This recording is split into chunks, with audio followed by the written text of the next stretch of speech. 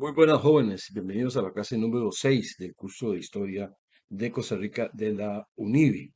Hoy vamos a ver el proceso de independencia. Para entender en su verdadera dimensión este proceso de independencia que se da en toda América Latina o la América Española y concretamente en Costa Rica, debemos hacer un análisis de tres escenarios, casi cuatro, pero vamos a empezar con tres. El primero es lo que estaba pasando en Europa. Acordémonos que nosotros dependíamos de España, éramos una colonia española y España obviamente está en Europa. En Europa estaban pasando algunos elementos que van a ser vitales posteriormente en esta independencia. El primero es el proceso de la ilustración. ¿Qué es ilustración? Bueno, es un movimiento intelectual que surgió en Europa y que pretendía combatir, negar, superar todas las barreras que se habían hecho durante la Edad Media. Y quería, decían ellos, alumbrar de luz las tinieblas que imperaban durante la Edad Media. Acordemos que durante la Edad Media la Iglesia había monopolizado el conocimiento y en los conventos, y las abadías, etcétera, y muy poca gente sabía leer y escribir.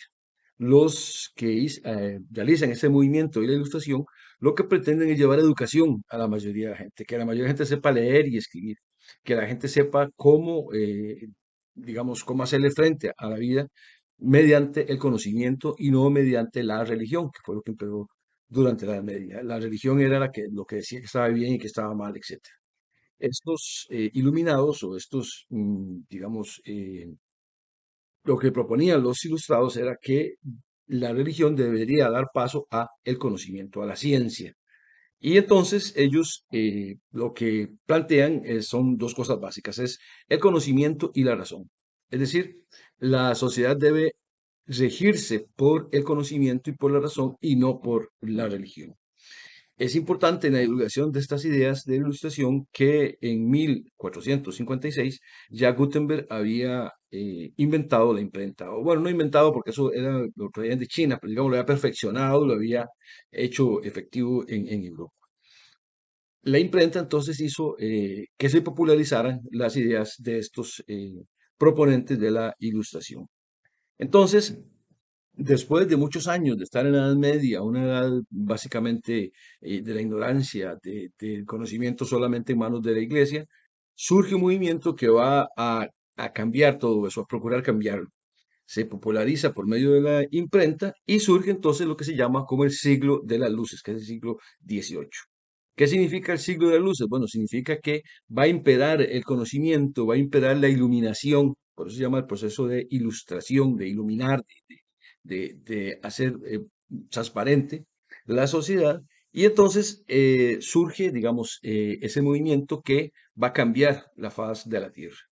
El movimiento, en efecto, lo inició un filósofo inglés que se llama John Locke, pero esas ideas fueron seguidas y profundizadas por pensadores franceses, principalmente Voltaire, Montesquieu, Diderot y Rousseau.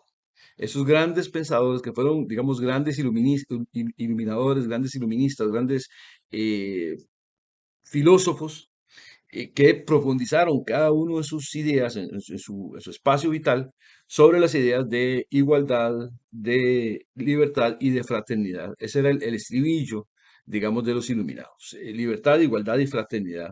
¿Qué significa eso? Bueno, que ya el hombre tiene que ser libre, ya no puede depender del monarca, ya no es siervo de nadie. Entonces, planteaban que para hacer ese movimiento tenía que basarse en la razón, no en la religión, porque acordemos que la religión durante toda la Edad Media, digamos, legitimó todo lo que fue el proceso de dominación por medio de reyes y reinas y príncipes, etcétera. Entonces decían que ya no puede ser la iglesia como ente para definir qué es cierto y qué no es cierto, sino que debe ser la razón, debe ser el pensamiento. Además, tenía que ser laico. La vida debería regirse por un sistema laico, o sea, no religioso. También, y eso es muy importante, que la soberanía del pueblo reside en el pueblo, no en el rey. ¿Por qué? Porque antes de la concepción, durante toda la Edad Media, se concebía que el rey era nombrado por Dios, el Papa incluso le ponía la corona, y entonces el rey y su séquito era considerado superior, un ente superior o una instancia superior a todos los demás. Y entonces el rey decidía por sí mismo y era dueño y señor de todo su territorio. En el territorio en que él mandaba, él era el dueño y señor, la última palabra, él hacía las leyes, las hacía cumplir, era, en fin, de todo. Entonces ellos dicen que eso no puede ser, que la soberanía, que el que decide lo mejor para X territorio debe ser el pueblo y no el rey.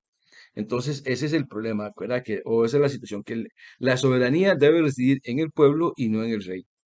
Otro elemento fundamental de esa filosofía de los iluministas era que los hombres son iguales. Todos los hombres nacen y son iguales.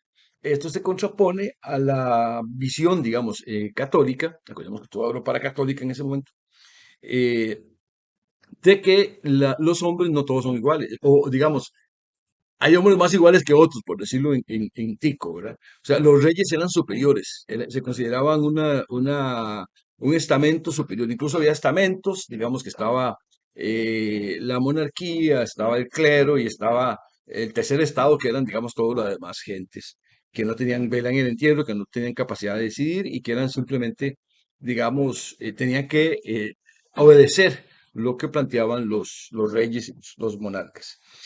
Otro elemento fundamental es que los enciclopedistas decían que el hombre nace bueno, ¿verdad? Eso se contrapone también a la Iglesia Católica o a la concepción católica que dice que el hombre nace malo, nace con pecado capital. Por eso es que los bautizan, ¿verdad? Para quitarles ese pecado original y, digamos, aceptarlos dentro de la Iglesia. Entonces, la concepción era que el hombre nació malo dentro de la Iglesia Católica. Y los iluminados dicen que no, que el hombre no nació malo, que el hombre nace bueno, que es la sociedad la que la hace malo. Entonces la iglesia decía que el hombre nace malo y que es la iglesia la que la hace bueno al bautizarlo. Estos dicen que no, que el hombre nace bueno y que es la sociedad más bien la que lo hace malo por las injusticias que se cometen. Otro elemento fundamental es que la razón debe ser el único medio para conocer la verdad. Es decir, no hay otra forma que no sea la ciencia, el conocimiento, para definir si algo es real o no. ¿Por qué? Porque antes se basaban en la iglesia. Entonces, una bula papal, o sea, un decreto del papa, decía que la tierra era plana. Y como todos eran católicos, tenían que creerlo porque era la, la opinión del papa o la verdad del papa. Y acordémonos que para los católicos el Papa es infalible. Es decir, no hay forma de que el Papa se equivoque. Todos lo que diga el Papa es santa verdad, no se puede cuestionar, no se puede, digamos, refutar. Entonces, había una bula del Papa que decía que la tierra era plana. Eso va a ser fundamental cuando los españoles crucen el Atlántico para llegar a América, porque muchos de los que venían en el barco trataron de hacer motines, lo vamos a ver más adelante, porque creían que la tierra, al ser plana, en algún momento se iban a caer en un vacío y que iban a ir directo al infierno. Otra concepción católica o del Papa era que la tierra era el centro del universo, interpretando la Biblia, porque decían que Dios hizo la tierra en 6 días y después descansó. Entonces, ellos decían, interpretando eso, de que la tierra era el centro del universo, cuando en realidad todos sabemos que la tierra no es el centro del universo, la tierra no, ni siquiera la Vía Láctea, ¿verdad? Lo único que gira alrededor de la tierra es la luna. Los demás planetas giran alrededor del Sol, ¿verdad? Pero no es del universo, es de nuestro sistema. Entonces no había forma de refutar lo que decía el Papa, porque el Papa era infalible. Ante esto, los iluminados dicen que no, que el conocimiento debe ser producto de la razón, de la ciencia, que no se puede afirmar algo sin tener una evidencia empírica que lo respalde, que no puede ser una interpretación de la Biblia, porque se presta a errores.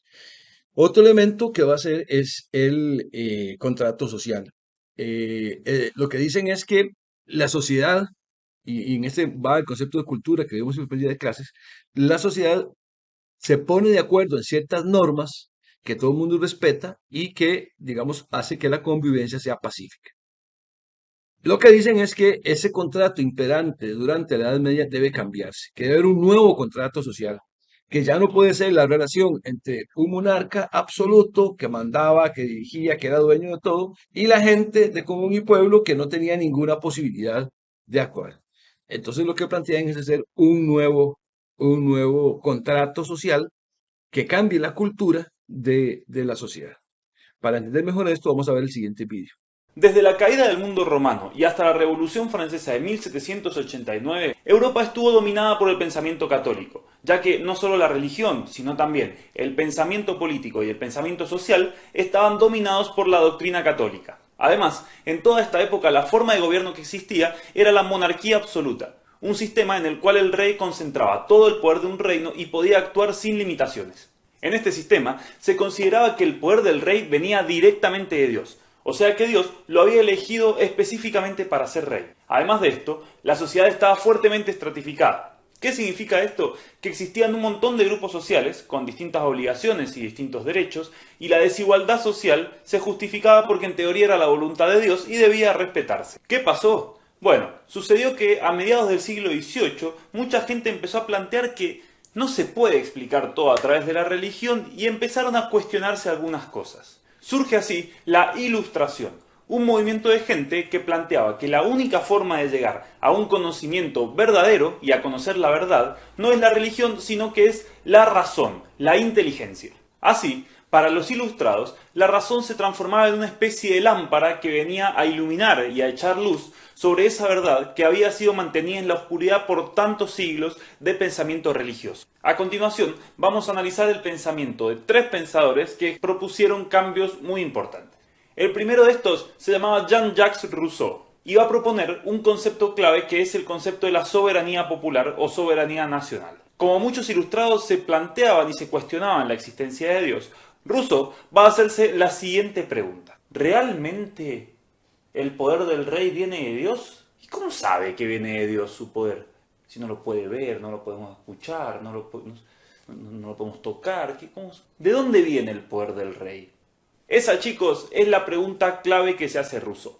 ¿De dónde viene realmente el poder del rey? ¿Cómo encontró la respuesta? Bueno, en el año 1762 escribió un libro que se llama El Contrato Social y en él planteaba lo siguiente. En realidad, el poder del rey no viene de Dios, sino que viene del pueblo al que gobierna. Así, Rousseau consideraba que en algún momento de la evolución de la humanidad, las personas habían empezado a hacer un contrato entre ellas para lograr vivir en sociedad. Y se elegía a una persona que tenía que hacer cumplir ese contrato. En este caso, el rey.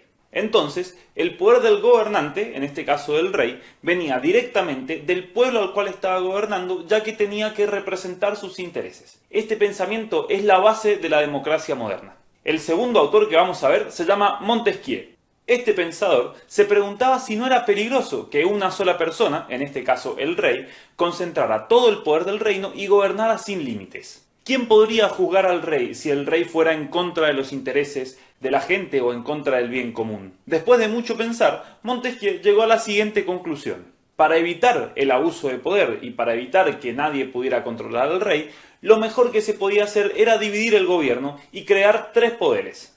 Un poder ejecutivo que se encargaría de gobernar, un poder legislativo que estaría formado por representantes del pueblo y que se encargaría de hacer las leyes, y por último un poder judicial que se encargaría de la justicia.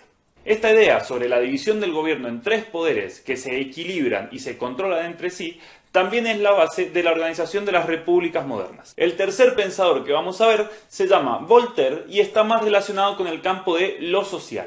Básicamente, Voltaire plantea la necesidad de una sociedad que esté basada en la tolerancia, en la cual no existieran las guerras de religión o la discriminación basada en la forma de pensar.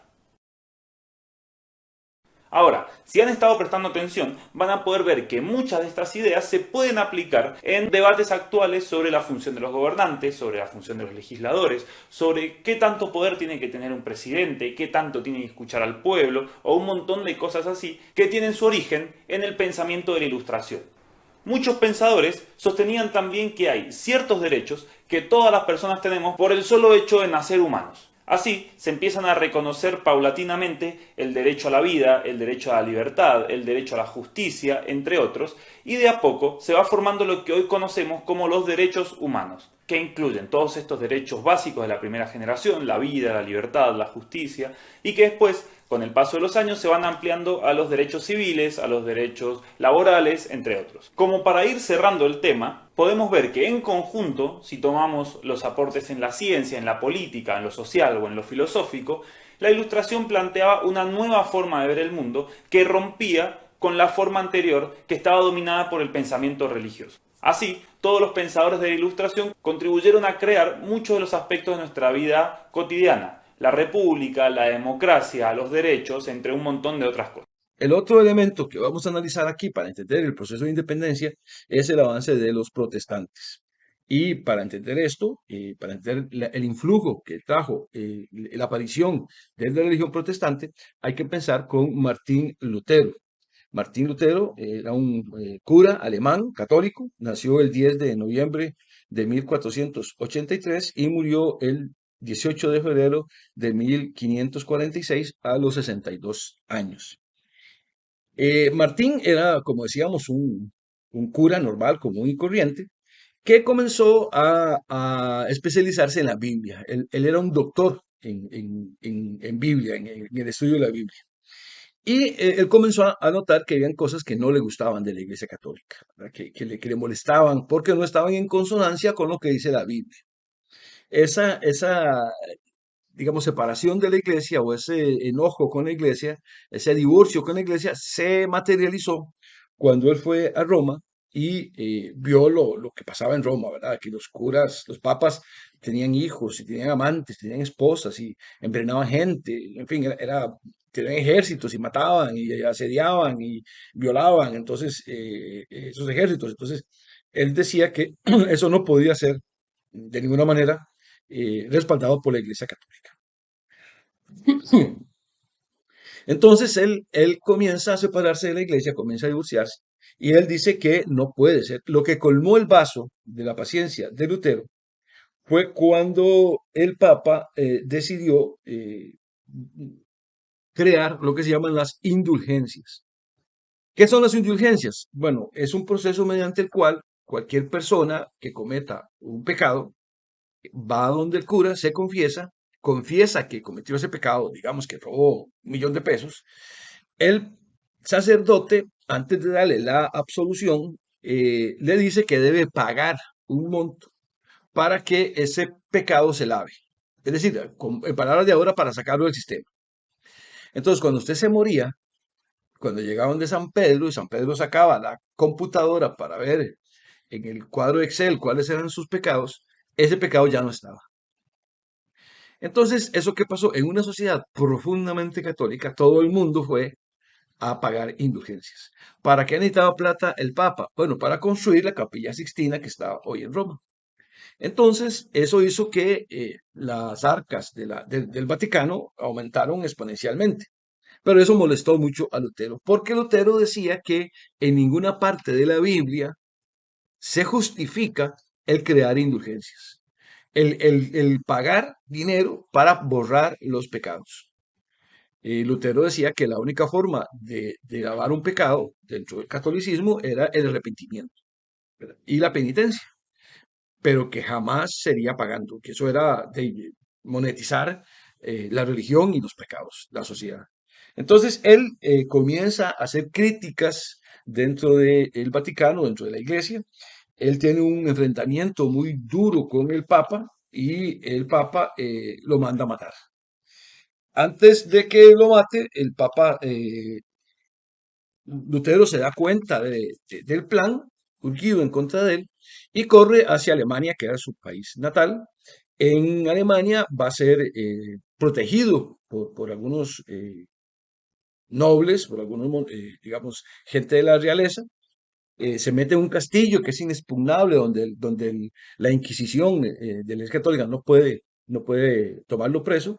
Y él aprende y comienza a escribir. Y surgen sus grandes tesis de por qué la Iglesia Católica va por mal camino y por qué Entonces, la relación se va estrechando más, o sea, se va haciendo más tirante, más, hasta que el Papa manda a excomulgar a Lutero, en consecuencia lo expulsan de la iglesia, y entonces a Lutero no le queda más que crear una nueva iglesia, que es el luteranismo, que va a ser una iglesia que surge ahí en ese contexto, que se expande por Alemania, los curas dejan de ser curas católicos y pasan a ser curas luteranos.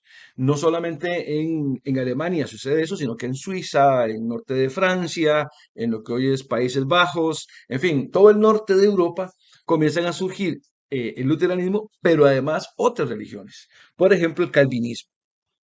Entonces, ya Europa ya no es solamente una religión, sino que ya por lo menos hay dos, el catolicismo por un lado y el luteranismo por otro, pero luego aparecen otros, como decíamos, el calvinismo, y más adelante el rey Enrique VIII decide separarse de la Iglesia Católica porque él estaba cansado con Catalina de Aragón, que era prima del rey de España.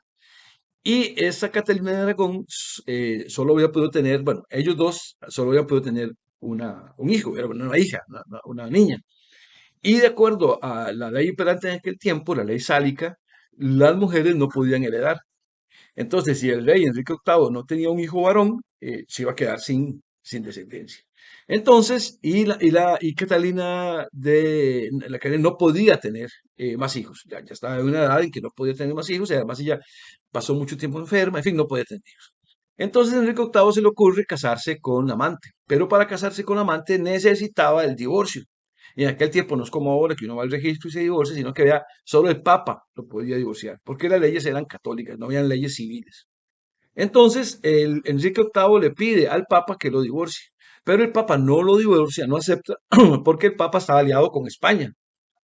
Y si aceptaba el divorcio de Enrique VIII, que era el rey de Inglaterra, el rey de España se iba a enojar porque se iba a divorciar de su pariente y no le servía a él que su pariente no fuera la reina de Inglaterra.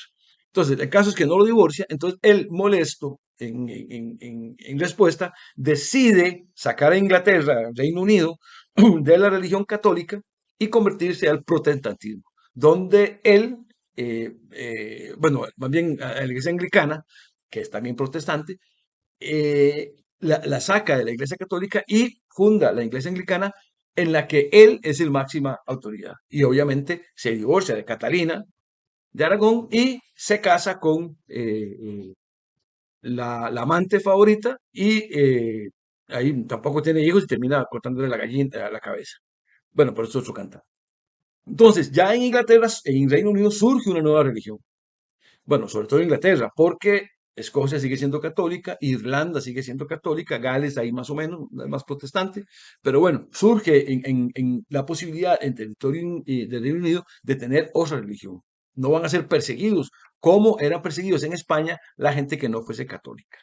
Pero bueno, entonces ahí surge una nueva religión que va a atacar a la iglesia católica y en consecuencia va a atacar a España. Eso va a ser caldo de cultivo para lo que va a pasar luego en la independencia, como vamos a ver más adelante. Entonces, en Europa tenemos dos escenarios, la Ilustración y el movimiento protestante en la iglesia. Ahora vamos a ver lo que pasaba en España. En España pasaban al menos tres cosas importantes que van a dar, digamos, posibilidad de apoyar o justificar o, digamos, ser pie de amigo para la independencia. Primero está la batalla de Trafalgar en 1505. Esa batalla de Trafalgar es una batalla naval, una de las más importantes que ha tenido la historia de la humanidad, y se da entre los ejércitos o las fuerzas navales de dos países juntos, Francia y España, que se enfrentan a Inglaterra. Había durante mucho tiempo en la Edad Media hubo un gran problema entre Inglaterra y el resto de Europa. ¿Por qué? Porque tanto Francia como España querían dominar Inglaterra. Inglaterra no fue dominada ni siquiera por los nazis, ya en la Segunda Guerra Mundial. Entonces, estaban en franca guerra España y Francia de Napoleón y una España decadente deciden unirse sus flotas para atacar Inglaterra e invadir Inglaterra. La batalla es muy complicada, yo no voy a entrar aquí en cuestiones militares, porque no es el caso. El asunto es que la flota conjunta con fuerzas de Francia y de España van a atacar Inglaterra, urgen un plan mediante el cual ellos, digamos, confunden a la flota naval inglesa, hacen como que se van para el Caribe, pero en el medio del Atlántico dan vuelta y regresan a Inglaterra para atacar. En esa maniobra cometen un error. Digamos, el plan urgido fue fatal, fue muy mal planificado, porque los grandes marineros durante toda esa etapa eran españoles, y eran excelentes marineros, tanto el marinero común y silvestre como los altos jerarcas. ¿Qué pasó? Que Napoleón puso como máximo jefe, como admirante de esa flota conjunta a un francés. Los franceses eran excelentes, buenísimos, tal vez los mejores para pelear en tierra, pero navalmente no, estaban muy atrasados con respecto a España y con respecto a Inglaterra. Entonces, Napoleón pone como admirante de esa flota a Milenet. El tal Milenet no solamente era corto de entendederas, sino que además no sabía mucho de batallas navales. El tipo se confunde cuando da la vuelta la flota española a sus órdenes, regresa, en lugar de ir a Inglaterra, atacar a Inglaterra, bordea para pasar frente a España y en un lugar que se llama Trafalgar, es territorio español, al frente, se topan así de improviso la flota inglesa, que también se había devuelto. No comieron el anzuelo, sino que se devolvieron también. Entonces, él se mete a un puerto. Él manda, el almirante Villeneuve le ordena meterse a puerto. Napoleón, que está esperando que comience el ataque de esa flota en el sur de Inglaterra para él invadir por el norte, le manda a decir que no, que tiene que atacar y que ver cómo hace. El tipo se refugia, no sale, se esconde, y ya cuando lo mandan a destituir, él en un arranque de ahogado, ¿verdad? Sale y se da la batalla de Trafalgar. Como el señor no sabía mucho de cuestiones tácticas militares, confunde la táctica. Digamos, los ingleses atacan en fila, sí. Él estaba formado acá, ahora vamos a ver en un video. Él, en lugar de mandar a dispersarse, dice que se mantengan y los ingleses embisten la flota conjunta entre Francia y España. El resultado es que España pierde, España y Francia pierden, así, los derrotan vilmente. Los ingleses tienen un triunfo al mando del almirante Nelson, tienen un triunfo fenomenal. ¿Qué pasa con esto? ¿Cuál es la moraleja? O sea, ¿cuál es la enseñanza? Que la mejor flota en aquel tiempo era la española, pero con esta derrota casi que perdieron toda su flota, porque los barcos que no fueron hundidos en esa guerra de Trafalgar fueron capturados por las fuerzas inglesas. Entonces, barcos, galeones que eran muy poderosos, que tenían muy buenas armas, muy buenos cañones, o los hundieron los franceses, los ingleses, o pasaron a ser parte de la armada inglesa porque los capturaron. ¿Qué pasó con esto? ¿Qué tiene que ver esto con la independencia de América? Bueno, que resulta que en aquel tiempo obviamente no había aviones, no había submarinos, no había cruceros. Entonces, ¿qué pasa? Que la relación entre España y América era vía marítima, por esos barcos. Como España se queda sin barcos, no puede tener una comunicación rápida, no puede tener viajes constantes entre España y América. Entonces, se pierde la relación directa con la corona de España en América. O sea, España ya no puede tener una relación más directa con la corona, con las colonias. Además, como los ingleses ganaron, surgen los piratas, que como ven que España fue debilitada, piratas ingleses, franceses, holandeses, etcétera, en sus barcos vienen al Caribe a atacar a los barcos españoles están desprotegidos porque perdieron la guerra, porque se quedaron sin barcos, y comienzan a saquear el oro que llevan los barcos desprotegidos de América hacia España. Entonces, eso hace que España no tenga una relación directa con las colonias. Ese es el efecto número uno. Nos vamos a 1805, donde una coalición formada por Reino Unido, Austria, Rusia, Nápoles y Suecia tratan de derrocar a Napoleón Bonaparte.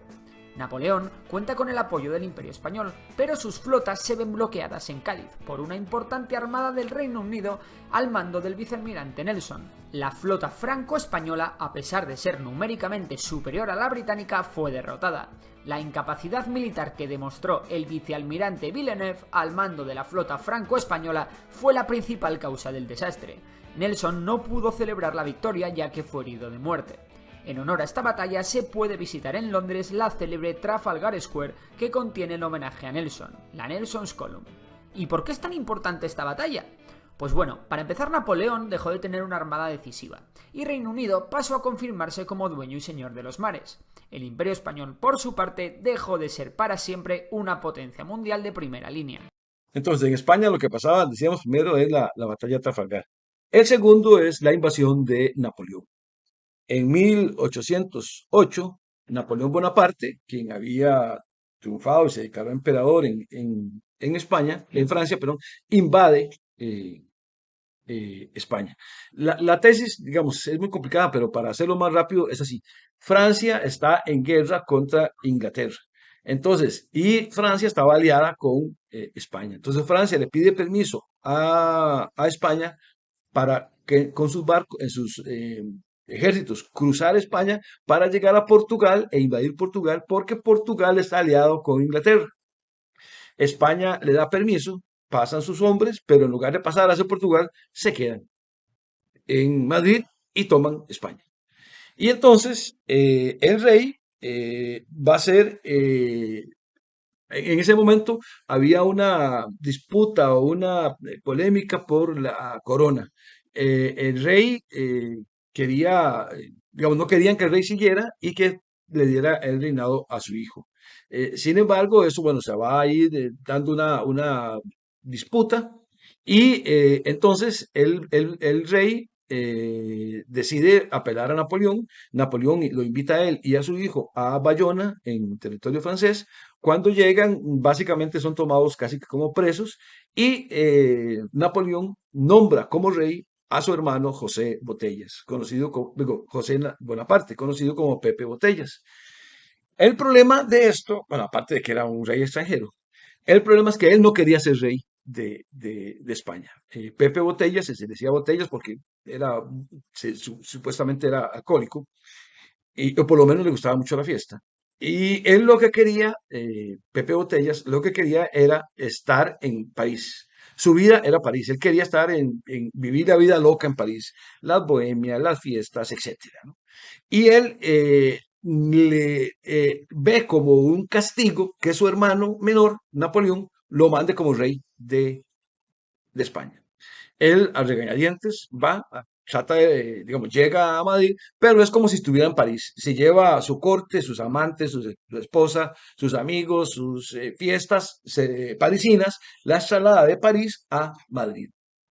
Él nunca aprendió a hablar en español, no le interesaba hablar en español, todo era en francés, con sus amigos, nombró muchos de sus amigos en puestos públicos en España.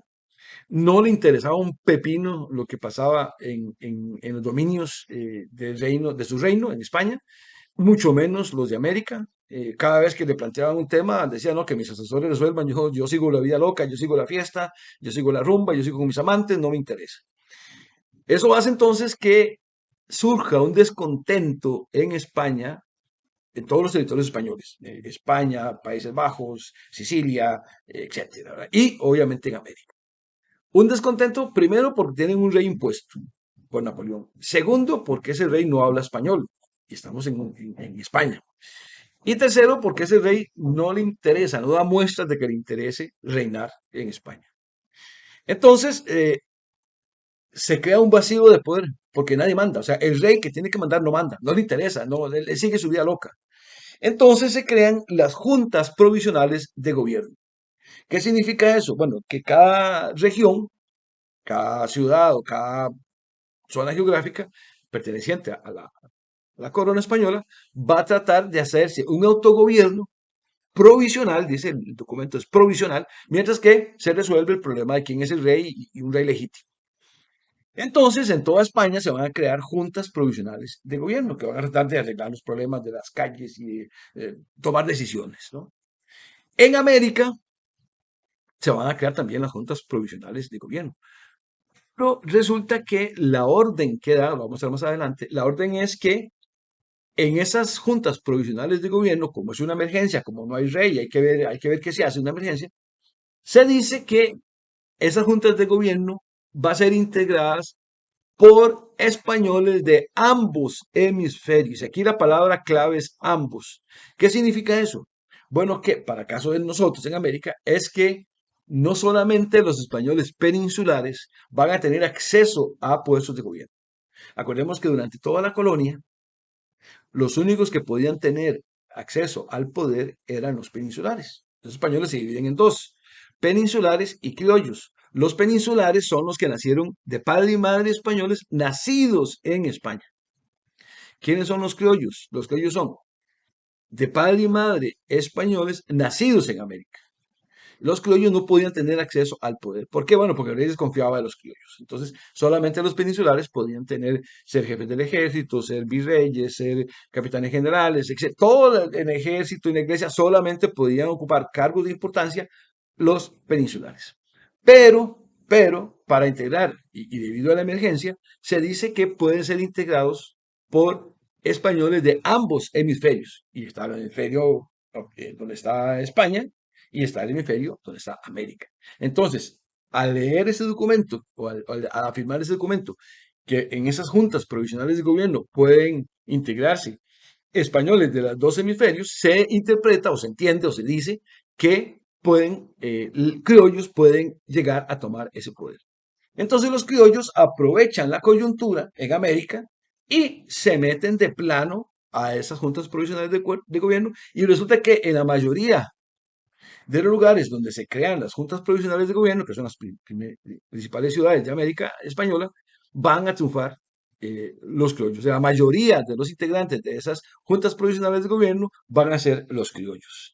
¿Y cuál es la importancia de eso? Bueno, que los criollos tenían su propia agenda. Los criollos tenían un resentimiento histórico contra la corona. ¿Por qué? Bueno, primero, porque efectivamente, como dije anteriormente, no los dejaban ocupar cargos públicos. Y como no podían ejercer cargos públicos, los criollos que hacían, bueno, no podían ocupar cargos públicos como los peninsulares, no podían ocupar puestos de indios, porque ellos no eran indios, no podían ser sometidos a la encomienda, no podían ser sometidos a la esclavitud como los negros porque no eran negros. En fin, no tenían ninguna opción de ser útil en la sociedad, de ganarse la vida.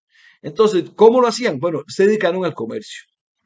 Entonces, para el caso de Costa Rica, un criollo tenía su finca en Matina, producía cacao y tenía dos formas de sacarlo.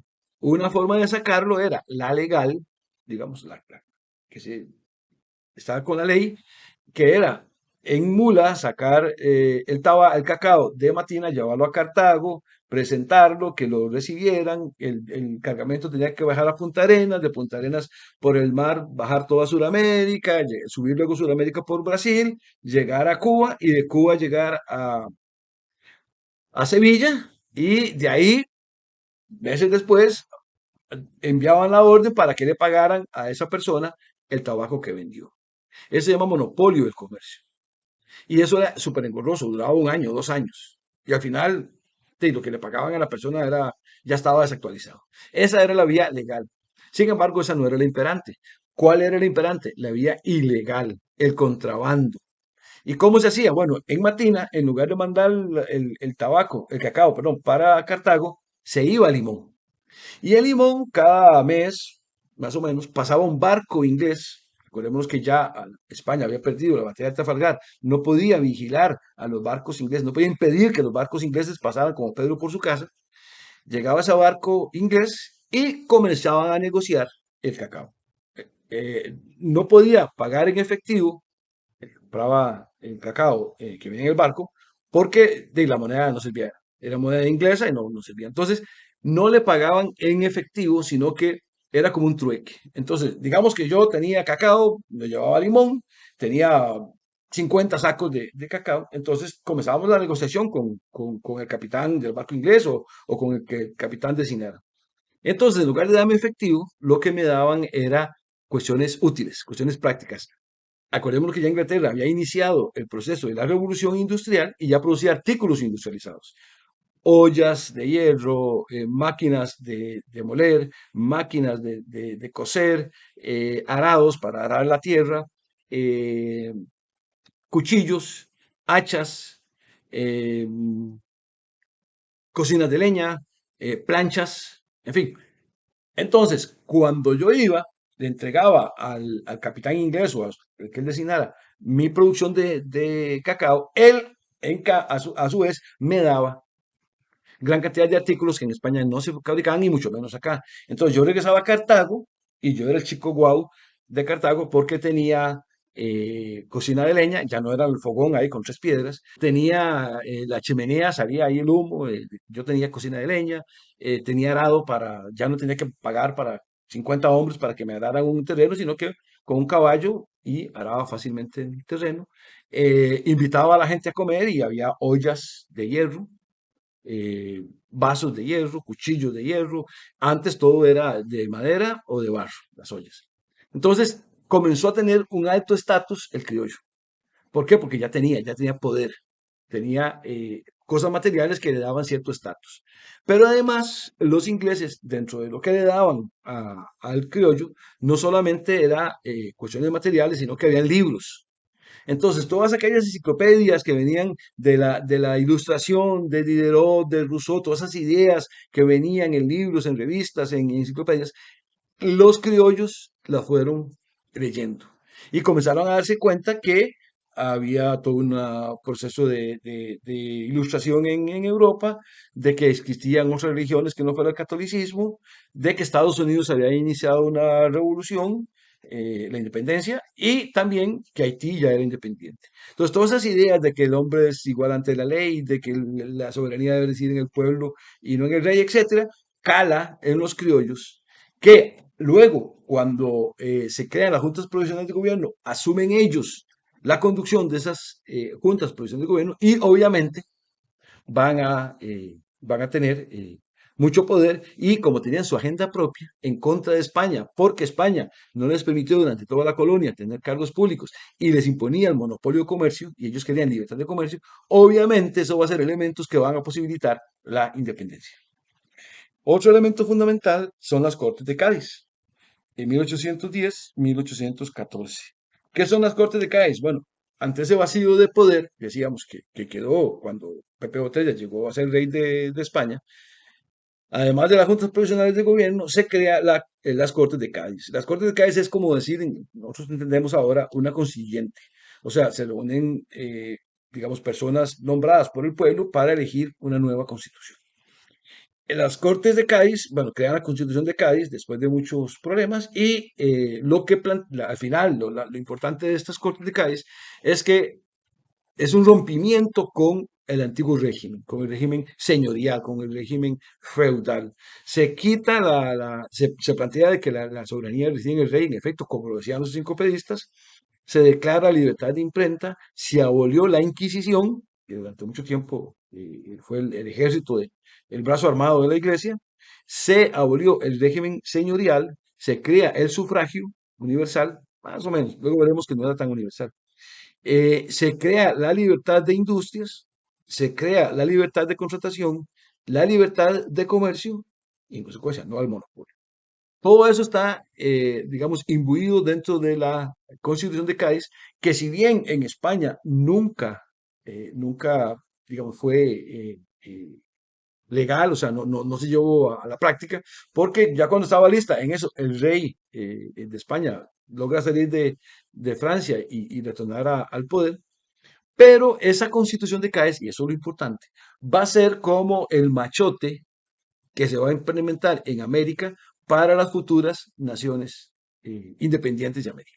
Es decir, todos los países que se independizan de América Latina o de América Española toman la Constitución de Cádiz como el referente, como el inicio, porque obviamente aquí no había constitución de nada, ni la corona, porque no, la corona no tenía constituyente o constitución, y aquí propiamente no se había hecho ninguna. Entonces, México, Colombia, Argentina, Venezuela, Costa Rica, Guatemala, todos para a la hora de decir, bueno, ¿cómo nos vamos a gobernar? Bueno, ahí está la Constitución de Cádiz. Entonces, leían la Constitución de Cádiz y decían, bueno, por aquí va. Entonces, lo que hacían era cómo tropicalizarla, cómo aplicarla, cómo adaptarla a cada sociedad. Entonces, es importante notar que la Constitución de Cádiz va a ser, digamos, como el machote que va a ser usado en toda América Latina para las futuras repúblicas, incluida Costa Rica. Veamos este video sobre la Constitución de Cádiz. Cádiz es en estos momentos una ciudad sitiada, defendida desde el mar por barcos ingleses y llena de refugiados. A la floreciente burguesía cosmopolita de la ciudad se han sumado funcionarios, médicos, abogados, clérigos, comerciantes, intelectuales de toda España, que hacen de Cádiz el centro político y cultural de la resistencia patriótica. En sus tabernas se comienza a oír la palabra liberal o liberales para designar a los sectores más reformistas de la disuelta Junta Central, que presionaron hasta el último momento para conseguir la convocatoria de las Cortes. Como los afrancesados, los liberales quieren tener una constitución que les sirva para reformar y modernizar el país y además para legitimar al gobierno nacido de la insurrección. Lo primero que hacen los diputados reunidos en este teatro de la isla de León es proclamar que la soberanía reside en la nación, representada esta por las Cortes. La nación ha demostrado ser soberana al negarse a obedecer las órdenes de Napoleón. Pido la palabra, señor presidente. Todos los aquí presentes juramos en su día lealtad a nuestro soberano Fernando VII. ¿Cómo es posible proclamar ahora que la soberanía reside en la nación? A continuación, y después de reconocer a Fernando VII como su rey, las Cortes establecen la separación de poderes y asumen para sí el poder legislativo. Hasta ese momento había sido prerrogativa del rey la elaboración de las leyes. En las Cortes de Cádiz se produce otro hecho novedoso. Sus diputados son elegidos directamente por los ciudadanos que tenían derecho a voto y no como se había hecho hasta entonces por sus estamentos respectivos, la nobleza, el clero y el pueblo. Y allí donde la guerra había impedido celebrar la elección, los diputados son nombrados en calidad de suplentes. También las colonias cuentan con representación. El efecto inmediato de esta nueva forma de elección es que las clases medias urbanas se convierten en las protagonistas de estas Cortes y se alzan por primera vez con el poder legislativo. Desde el comienzo de los debates, los diputados se dividen en absolutistas o enemigos de las reformas y liberales o defensores de los cambios radicales. España desde los godos es una monarquía, electiva primero, hereditaria después, en la que el rey ungido, consagrado por la Iglesia, ha sabido ejercer la suprema autoridad sobre sus súbditos. Súbditos no, ciudadanos. Al año siguiente, en febrero de 1811, las Cortes cambian de sede. Se trasladan a esta iglesia, la de San Felipe de Neri, en la ciudad de Cádiz. Aquí continúan con su frenética actividad legislativa. Aprueban la libertad de imprenta, decretan la abolición de la tortura y la de todos los privilegios feudales, y comienzan a elaborar el proyecto de una constitución que es aprobada después de un año de debates en marzo de 1812. Las Cortes Generales y Extraordinarias de la Nación Española decretan la siguiente constitución política para el buen gobierno y recta administración del Estado. Artículo primero. La nación española es la reunión de todos los españoles de ambos hemisferios. Artículo segundo. La nación española es libre e independiente y no es ni puede ser patrimonio de ninguna familia ni persona. Artículo tercero. La soberanía reside esencialmente en la nación y por lo mismo pertenece a esta exclusivamente el derecho de establecer sus leyes fundamentales. Artículo cuarto. La nación está obligada a conservar y proteger por leyes sabias y justas la libertad civil, la propiedad y los demás derechos legítimos de todos los individuos que la componen. A lo largo de cerca de 400 artículos, la Constitución establece que la forma de gobierno de España es la monarquía parlamentaria. Reconoce a Fernando VII como rey constitucional, declara a la religión católica como la única de los españoles y suprime la Inquisición. La Constitución de Cádiz es promulgada el 19 de marzo de 1812, día de San José, coincidiendo con el cuarto aniversario de la subida al trono de Fernando VII. Por este motivo el pueblo gaditano la bautiza como la Pepa. ¡Viva la Pepa! Con la Constitución de Cádiz se hace realidad en España, de una forma pacífica, el triunfo de la burguesía y de su programa político, el liberalismo. España es, tras los Estados Unidos y Francia, el tercer país del mundo en recoger en su Constitución los principios democráticos de la igualdad y la libertad de sus ciudadanos. ¡Viva la Constitución!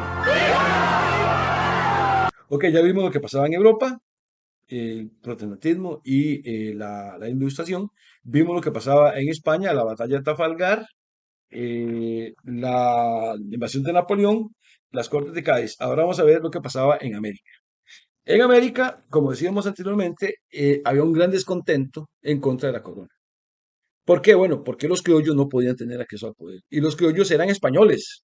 O sea, en el fondo eran españoles. Lo único que diferenciaba a un español de un peninsular es que el peninsular nació en España y el criollo nació en América.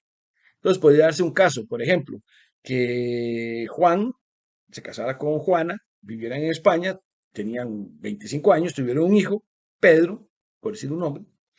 Pedro tenía 5 años cuando a Juan lo nombran, digamos, capitán general en Guatemala. Entonces el hombre se viene para acá con su esposa y su hijo, Juancito, y digo Pedrito, y aquí, estando aquí, tenía un año de haber llegado, la señora queda embarazada. Y nace un hijo, que digamos que se llame Jaime. Entonces, el hijo mayor, Pedro, es peninsular, pero el hijo menor, Jaime, es criollo. Entonces, cuando esté grande, el hijo mayor, Pedro, podrá ocupar cargos públicos. Jaime, como nació en América, no puede ejercer cargos públicos. Entonces, eso en gente como Pedro, como Jaime, va a crear un gran resentimiento, porque mi hermano es capitán general y yo no puedo serlo. ¿Por qué? Porque, bueno, simplemente porque nací en América no es suficiente razón. Ellos eran españoles, hablaban como español, tenían mentalidad española, pero nacieron acá. Entonces, eso creó un gran descontento. ¿Verdad? Entonces, cuando se crean las juntas provisionales de gobierno, lo primero que hacen los criollos es sacar a delucir eso. Y eso va a ser un elemento fundamental para, digamos, empujar la independencia. El descontento que tenían los criollos contra la corona española, primero, porque durante toda la Edad Media no les permitió ocupar cargos públicos.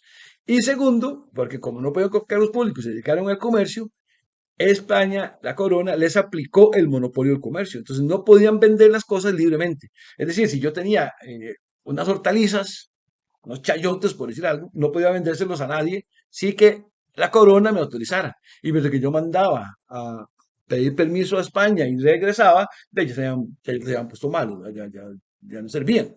Entonces todo tenía que ser como muy estricto, como muy... Entonces la única opción fue el contrabando.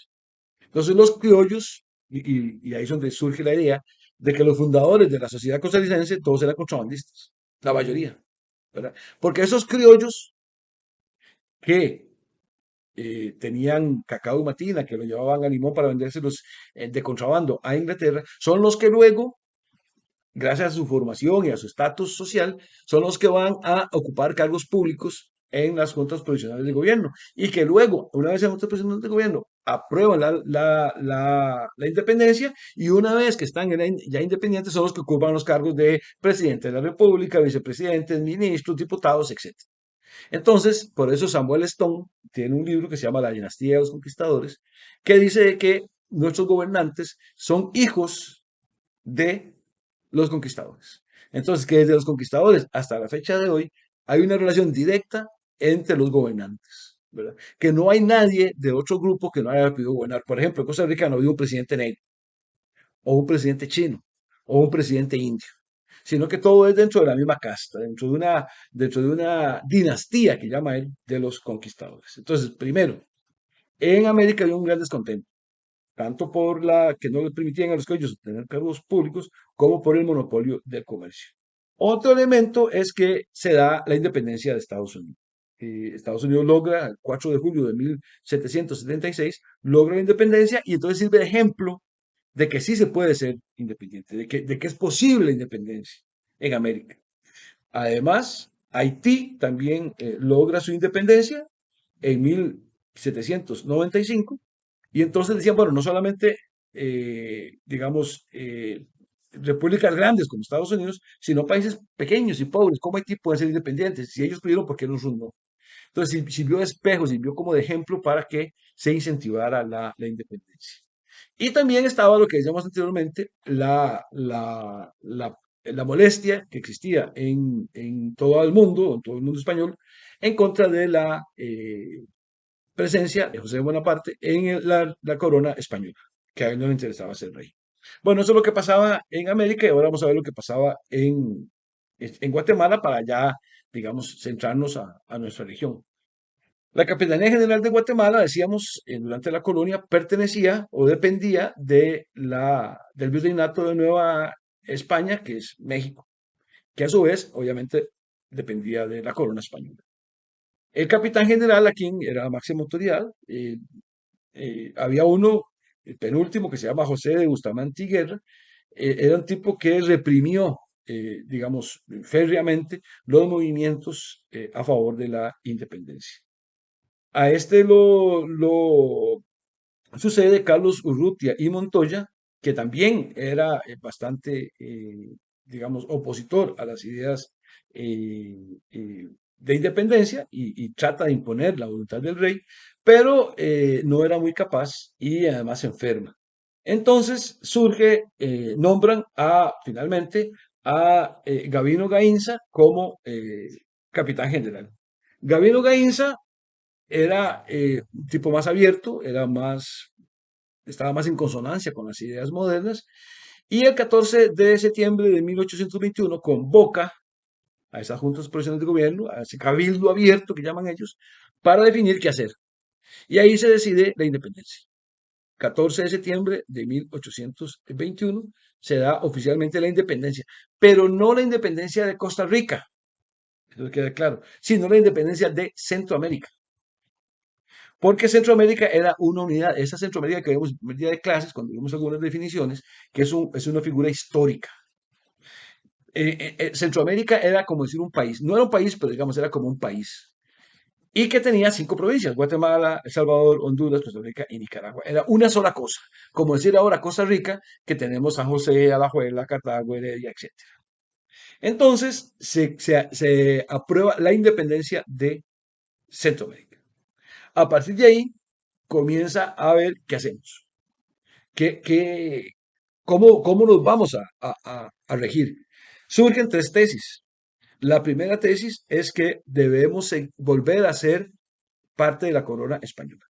Porque había gente, sobre todo los curas y los peninsulares que se habían colado en las juntas provisionales de gobierno, en esos lugares donde se decidía, esas instancias donde se decidía, decían que no, que era muy peligroso ser independiente, que tenemos que volver a la madre patria, que nosotros en España no somos nada, que no tenemos experiencia como país, que en fin, que no, que somos como huérfanos, que potencias extranjeras nos van a dominar, sobre todo de Rusia, de Holanda, Países Bajos, Inglaterra, etc.